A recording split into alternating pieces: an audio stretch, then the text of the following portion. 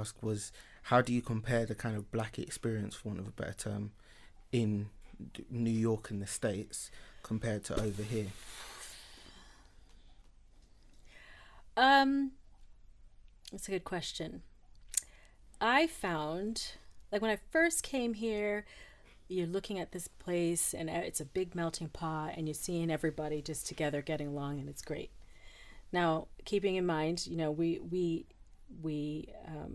have children, and we are blessed to be able to put them in the best schools that we possibly can. So we've put them in private schools, and so that circle that I deal within, oftentimes we are the only ones. So that's when you start to see the difference. And one of the main differences for me is that in the States, when there is racism, it's quite overt.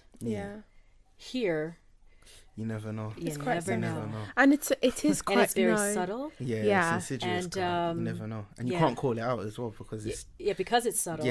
You know, so that was a big difference. I think it's really interesting because we say it living here, but then I think it's a bit more profound coming from somebody who's moved over here, because it is subtle, like it and I do not speak for every Brit, but I think witnessing Brits do not like to be looked as being ignorant racist, but even though it is quite prevalent in certain cases. This is a very tolerant society. Yes. Very tolerant. That's the word, like tolerant. That word, tolerant. But and like, could you give examples of like subtle experiences where you felt, you know, like they not feeling like you belonged, or, you know, that sort of. Where someone's done something racist, but I don't know. Being racist, if that makes you can sense. give a very broad example. It doesn't have to be. You know, I in terms of directed at me personally, not so much. Not so much. Yeah. But I'm also not the type of person that's passive. Yeah. Have I seen it to other people of color? Yes. Okay.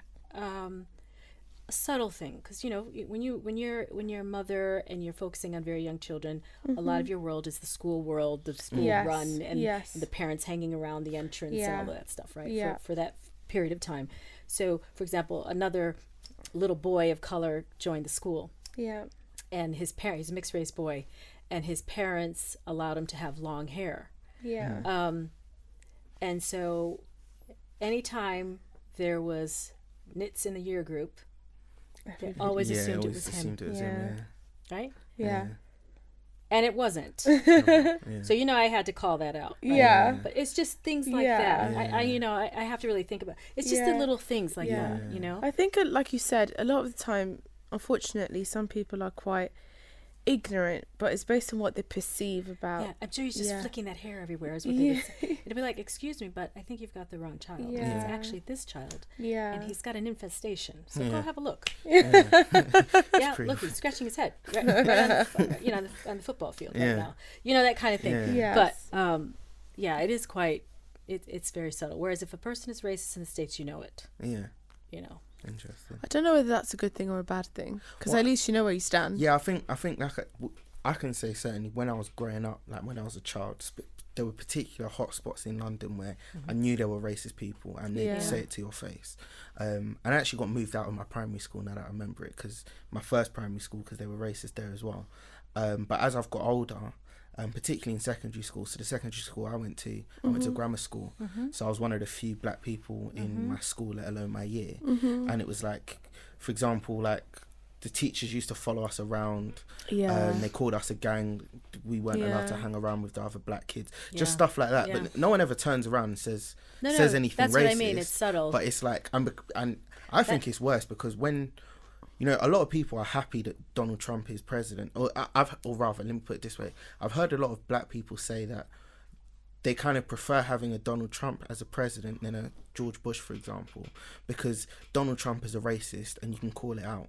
When it's a George Bush or when it's other presidents in more recent times, it's kind of like it's subtle. It's subtle, so you can't really pinpoint it and say this is the issue. But when it comes to Donald Trump, because he's so overtly Trump, yeah, it's hard not to, or it's very easy to kind of say, you can point it out and you can try and deal with something head on. But the problem is when things are kind of hidden, it's so much harder to, you know, if you turn around, like the example I gave from my school, if I turn around and call them racist, first thing they'll say is that they're not, and they'll give me all the reasons why they're not. And then when I say you are, I can't really point to anything overt because no one's turned around and called me the N-word, or no one's turned around.